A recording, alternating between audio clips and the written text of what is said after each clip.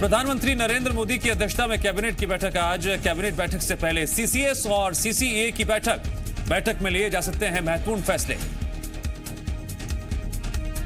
विश्व भारती यूनिवर्सिटी के शताब्दी समारोह को आज संबोधित करेंगे प्रधानमंत्री मोदी। वीडियो कॉन्फ्रेंसिंग के जरिए सुबह 11 बजे होगा संबोधन। कृषि कानूनों के विरोध में किसानों का प्रदर्शन 28वें दिन भी जारी। किसान दिवस पर आज किसान करेंगे उपवास। दोपहर का भोजन नहीं करने का ऐलान। आज किसान संगठनों की बैठक में सरकार से आगे की वार्ता पर बनेगी रणनीति। किसान संगठनों ने आंदोलन तेज करने का किया ऐलान। 25 और 26 दिसंबर को हरियाणा के हाईवे टोल फ्री किए जाएंगे। 25 और 26 दिसंबर को पंजाबी समुदाय भारतीय दूतावासों पर प्रदर्शन करेंगे। कृषि मंत्री नरेंद्र तोमर से यूपी के किसानों ने मुलाकात की। नए कृषि कानूनों का समर्थन किया। नए कृषि कानूनों में संशोधन नहीं करने की मांग भी रखी। कृषि कानूनों के खिलाफ आंदोलन में किसान नेताओं ने बारी बारी से भूख हड़ताल शुरू की है, जिसके समर्थन में छत्तीसगढ़ के मंत्री टीएस सिंहदेव उतर आए हैं। टीएस सिंहदेव ने किसानों के समर्थन में एक दिन का उपवास रखने का ऐलान किया है। सिंहदेव छत्तीसगढ़ के पहले मंत्री होंगे जो किसान आंदोलन के समर्थन में उपवास रखेंगे। सिंहदेव ने ट्वीट कर लिखा, जो हाथ हमें अन्न देते हैं उनको मोदी सरकार ने ठंड में ठिठुरने के लिए मजबूर कर दिया।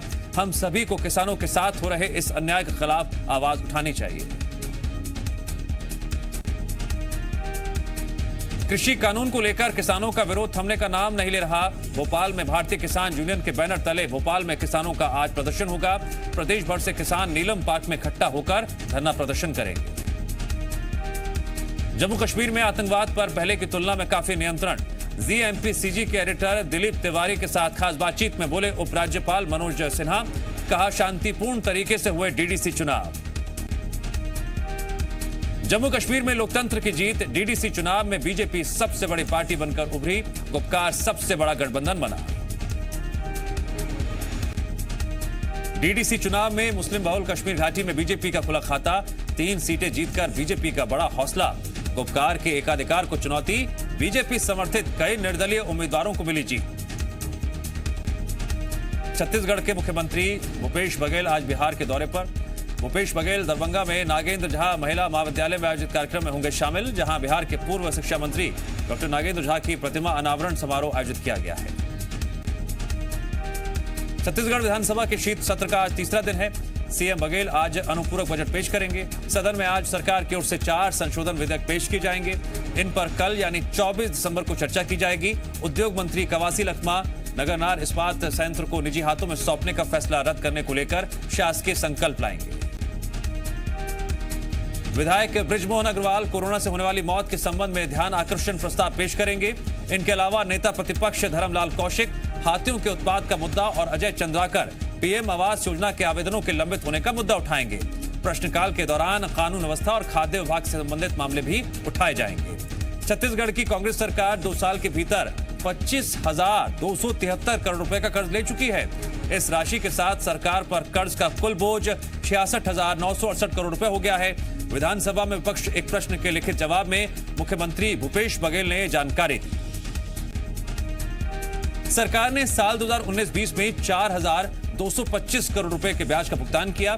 अनुमान है इस साल ब्याज भुगतान के लिए सरकार को 5,330 करोड़ रुपए खर्च करने पड़ सकते हैं। भूपेश सरकार के गठन के वक्त सरकार पर 41,695 करोड़ का कर्ज था। बीजेपी कर्ज के मुद्दे पर लगातार सरकार को घेर रही है। कैश कांड में एमपी के मुख्य सचिव और गृह सचिव दिल्ली तलब। चुनाव आयोग ने जनवरी के पहले हफ्ते में पेश होने को कहा। 4 अफसरों पर कार्रवाई की सिफारिश के मामले में तलब हुए हैं दोनों अधिकारी। धान खरीदी को लेकर रमन सिंह ने ट्वीट कर बघेल सरकार पर हमला बोला। रमन सिंह ने कहा, छत्तीसगढ़ में किसानों ने इतनी लापरवाह और निरंकुश सरकार पहले कभी नहीं देखी। उन्होंने कहा, सरकार बहाने बनाकर कम धान खरीदी कर रही है। रमन सिंह का कहना है कि कहीं और उपज बेचने पर 33 रुपए टैक्स वसूली की जा रही है। रमन सिंह ने कहा कि नया कानून कहीं भी फसल बेचने के किसानों को स्वतंत्रता देता है, लेकिन कांग्रेस उसका विरोध करती है। ग्वालियर में मंत्री की चरण वंदना करते पुलिस का एक वीडियो वायरल हो रहा है। मंत्री भारत सिंह कुशवाहा अपने पैतृक गांव पदमपुर खेरिया पहुंचे थे। इस दौरान महाराजपुरा थाने के एसआई हित गोपाल यादव ने ड्यूटी के समय मंत्री के पैर छुए, जिसका वीडियो वायरल हो रहा है। बताया जा रहा है कि ये वीडियो 2 दिन पुराना है। शिवपुरी के पिछोर से बीजेपी के प्रत्याशी रहे प्रीतम सिंह लोधी अपने समर्थकों के साथ कलेक्ट्रेट पहुंचे। उन्होंने कांग्रेस विधायक केपी सिंह पर गुंडागर्दी करने का आरोप लगाया और तहसीलदार दीपक शुक्ला को हटाने की मांग की। शिकायत के दौरान कलेक्टर अक्षय सिंह और बीजेपी कार्यकर्ताओं में बहस भी हो गई। बीजेपी कार्यकर्ताओं ने तहसीलदार को तुरंत हटाने की मांग की। हटाए न जाने पर धरना प्रदर्शन की चेतावनी दी। कलेक्टर ने शिकायत को लेकर कार्रवाई का आश्वासन दिया। मध्य प्रदेश में कल तक कोरोना के 1005 नए मामले आए सामने। वहीं कोरोना से 12 लोगों की मौत हुई।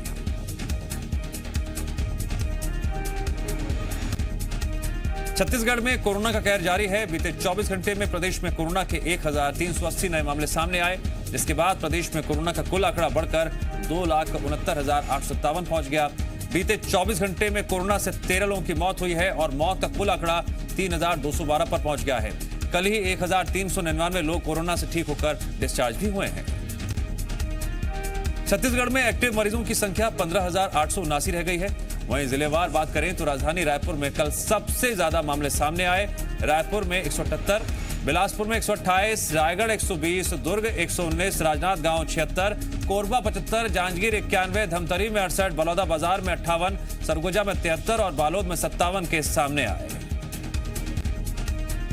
जशपुर की 12 साल की मुस्कान ने कोविड की जंग लड़ते हुए भी अपनी ऑनलाइन पढ़ाई जारी रखी है। मुस्कान अपने माता पिता के साथ कोरोना पॉजिटिव पाई गई थी। कोविड सेंटर जाते वक्त मुस्कान अपने साथ अपना स्कूल बैग भी लेकर गई और अब इलाज के साथ ही अपनी पढ़ाई भी कर रही है। मध्य प्रदेश में 24 दिसंबर को सुशासन दिवस मनाया जाएगा। पूर्व पीएम अटल बिहारी वाजपेयी के जन्म दिवस से एक दिन पहले प्रदेश सरकार सुशासन दिवस मनाएगी। प्रदेश भर के सरकारी कार्यालयों में अधिकारी कर्मचारी सुशासन की शपथ लेंगे, जिसको लेकर सामान्य प्रशासन विभाग ने आदेश जारी किया है। मध्य प्रदेश में एंटी माफिया अभियान लगातार जारी है। राजधानी भोपाल में आदतन अपराधी का अवैध अतिक्रमण हटाया गया। 24 से ज्यादा मामलों में आरोपी भैया उर्फ लटेरी के अवैध कब्जे को हटाया गया।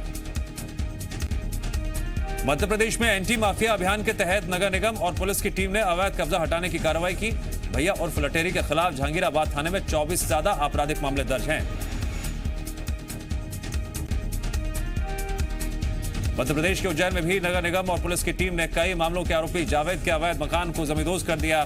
कोतवाली इलाके के फजलपुरा में अवैध रूप से बनाए गए मकान को गिरा दिया गया। शिवपुरी के करैरा अनुभाग के 4 गांवों के सैकड़ों किसानों ने कलेक्टर से मिलकर टीला की सहकारी समिति प्रबंधक की शिकायत की।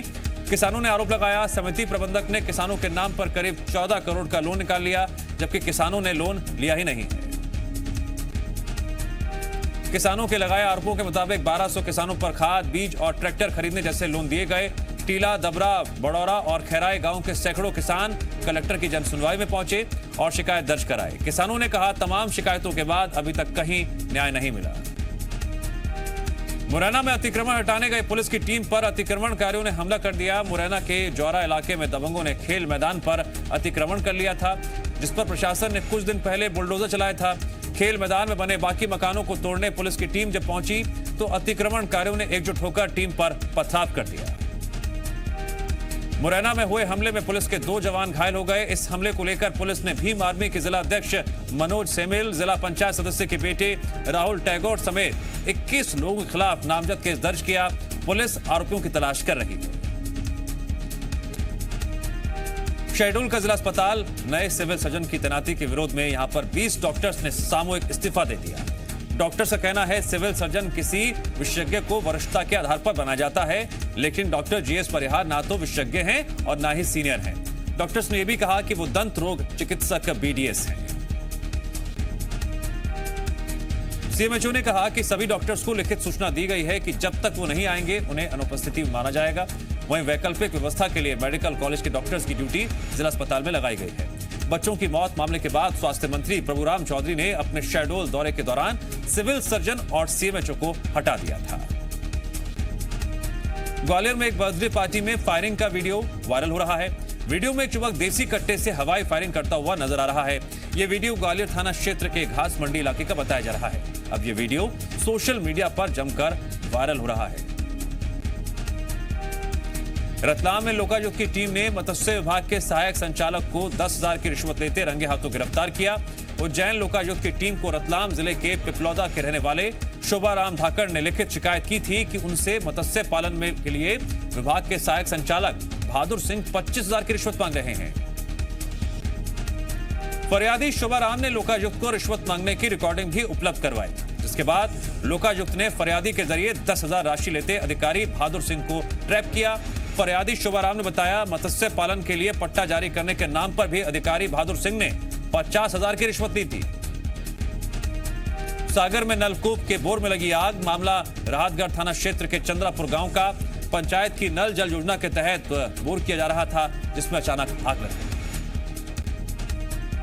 सागर कलेक्ट्रेट में उस वक्त हड़कंप मच गया जब गांधी की वेशभूषा में एक युवक गले में रस्सी डालकर पेड़ पर चढ़ गया और चिल्लाकर पेड़ से कूदने की धमकी देने लगा। युवक का हंगामा देखकर मौके पर पहुंचे पुलिस अधिकारियों ने जब युवक से बात की तो उसने गौर झामर थाना प्रभारी संगीता सिंह पर अभद्रता करने का आरोप लगाया। नीमच में प्याज की खेती करने वाले किसानों पर दोहरी मार पड़ रही है। एक तरफ तो उन्हें मंडियों में प्याज का सही दाम नहीं मिल रहा, दूसरी तरफ डीजल पेट्रोल के दामों में बढ़ोतरी के कारण किराया भी बढ़ रहा है, जिस कारण किसान काफी परेशान है। किसानों को 5 रुपए प्रति किलो से ज्यादा से 20 रुपए प्रति किलो तक ही भाव मिल पा रहा है। और तो और नीमच कृषि उपज मंडी में एक किसान का प्याज का ढेर महज 1 रुपए प्रति किलो में बिका। यहां तक कि जिस किसान का प्याज 1 रुपए किलो बिका, उसे नीलामी के दौरान मंडी की पर्ची तक नहीं दी गई। किसान को सादी पर्ची थमा दी गई। किसानों का कहना है, खेत में 1 बीघा के अंदर प्याज बोने पर 25 से 30,000 रुपए तक का खर्चा आता है। उसके बाद जब उस प्याज को मंडी में बेचने के लिए लाते हैं तो उसका भाड़ा तक भी नहीं निकल पाता, जिस कारण उन्हें नुकसान ही नुकसान है। वहीं मंडी इंस्पेक्टर का कहना है, नासिक और गुजरात के साथ अन्य राज्यों में प्याज का उत्पादन ज्यादा होने की वजह से प्याज के दाम कम हुए हैं। बड़वानी के सरलम वाटिका में आदिवासी बेरोजगार युवक युवतियों से नौकरी दिलाने के नाम पर ठगी का मामला सामने आया। आरोप है, कुछ लोगों ने खुद को आत्मनिर्भर भारत संस्था का सदस्य बताकर युवाओं से 1,000 रुपए लेकर उन्हें नौकरी देने का वादा किया था। युवाओं के मुताबिक आरोपियों ने पंचायत स्तर पर प्रशिक्षण दिलवाकर वहीं पंचायत में रोजगार देने की बात कहकर रोजगार शुल्क के नाम पर 1,000 रुपए लिए। वहीं ठगी का एहसास होने पर जब कलेक्टर से संपर्क साधा किया तो कलेक्टर ने ऐसी किसी भी संस्था की जानकारी होने से इनकार किया। इंदौर पुलिस नशे के खिलाफ लगातार कार्रवाई कर रही है। इसी कड़ी में कनाड़िया पुलिस ने 6 लोगों को 10 लाख की ब्राउन शुगर के साथ गिरफ्तार किया है। इंदौर पुलिस ने सूचना मिलने पर आरोपियों को बाईपास के पास से गिरफ्तार किया। आरोपियों के पास से 35 ग्राम ब्राउन शुगर बरामद हुई है, जिसकी कीमत अंतर्राष्ट्रीय बाजार में 10 लाख रुपए बताई जा रही है। छिंदवाड़ा के नवेगांव इलाके में मजदूरों से भरी ट्रैक्टर ट्रॉली अनियंत्रित होकर पलट गई, जिसमें 15 मजदूर घायल हो गए। सभी घायलों को जिला अस्पताल में भर्ती करवाया गया है, जहां सभी का इलाज जारी है। पेड्रा के गौरेला में भालू के हमले से बुजुर्ग पुजारी की मौत हो गई। मामले में वन विभाग पर लापरवाही के आरोप लग रहे हैं। जानकारी के मुताबिक वन विभाग ने इस हिंसक भालू को कटघोरा मंडल से रेस्क्यू कर उसे वन वारंटक के जंगलों में छोड़ा था। मनिहारी के जंगलों में छोड़े जाने के कारण भालू ने वहीं अपना डेरा जमा लिया और बुजुर्ग पुजारी पर हमला कर दिया। इंदौर की मल्हारगंज पुलिस में 2 दिन पहले दुकान में घुसकर नकली पिस्टल दिखाकर व्यापारी से लूट के 2 आरोपियों को गिरफ्तार कर लिया गया है। पुलिस ने आरोपियों के पास से लूटी गई सोने की चेन और 6,400 रुपए नकद बरामद कर लिए हैं। पकड़े गए आरोपी इससे पहले भी इंदौर और उसके पड़ोसी जिले में लूट की वारदातों को अंजाम दे चुके हैं। 2 दिन पहले मल्हारगंज थाना इलाके में 3 आरोपी ग्राहक बनकर एक कपड़े की दुकान में आ गए थे और दुकानदार को बंधक बनाकर सोने की चेन और पैसे लूटकर फरार हो गए थे। एमपी विधानसभा के पास 28 दिसंबर से 30 दिसंबर तक धारा 144 लागू रहेगी। विधानसभा के शीतकालीन सत्र के दौरान शांति और कानून व्यवस्था बनाए रखने के लिए धारा 144 लागू। कलेक्टर अविनाश लवानिया ने इसके लेकर आदेश जारी कर दिए हैं। इंदौर में कलेक्टर ने आदेश पर सामाजिक न्याय विभाग के अधिकारी एक बुजुर्ग अकॉर्डियन प्लेयर की मदद करने पहुंचे।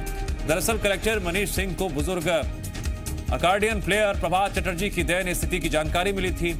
70 के दौर के मशहूर अकॉर्डियन प्लेयर प्रभात चटर्जी इन दिनों इंदौर के बंगाली चौराहा स्थित खाली पड़ी बिल्डिंग में जीवन यापन कर रहे हैं। कलाकार की इस स्थिति के बारे में जब कलेक्टर को खबर मिली, उन्होंने तुरंत अधिकारियों को कलाकार की मदद के आदेश दिए, जिसके बाद सामाजिक न्याय विभाग के कई अधिकारी उनके घर पर पहुंचे और उन्हें अपने साथ वृद्ध आश्रम ले गए, जहां बुजुर्ग का इलाज किया जा रहा है। नारायणपुर जिले में बना एशिया का दूसरे नंबर पर आने वाला लकड़ी गोदाम एक बार फिर खोला जाएगा। नक्सली दहशत और विभाग की उपेक्षा के कारण 1995 में यह बंद हो गया था। इस लकड़ी गोदाम में लकड़ियों की जगह सूखे पत्ते ही नजर आते हैं और यहाँ के रहवासी अन्य जगहों से लकड़ियां खरीद कर लाते हैं। वन मंडलाधिकारी का कहना है, विधान योजना की स्वीकृति मिलने के बाद अब यहां भी वनों की कटाई शुरू होगी। नारायणपुर जिले के आसपास के जंगलों में सागौन, साल और बांस के अलावा और भी कई तरह की इमारती लकड़ियां हैं, लेकिन नक्सली दहशत के कारण वनों की कटाई पर प्रतिबंध लगा हुआ था। कोरोना की वजह से जनवरी फरवरी में नहीं होगी सीबीएसई की बोर्ड परीक्षाएं। शिक्षा मंत्री रमेश पोखरियाल निशंक ने कहा, अभी के हालात में परीक्षाएं कराना संभव नहीं। बीजेपी के मिशन बंगाल को और तेज करेंगे अमित शाह। विधानसभा चुनाव से पहले नियमित अंतराल पर करेंगे राज्य का दौरा। फरवरी से हर महीने एक हफ्ते के लिए पश्चिम बंगाल जा सकते हैं अमित शाह। ब्रिटेन से भारत आए 21 यात्री कोरोना पॉजिटिव। नीति आयोग के सदस्य वीके पॉल ने कहा, अभी तक की गाइडलाइन के मुताबिक बच्चों को कोरोना वैक्सीन देने की जरूरत नहीं। कृषि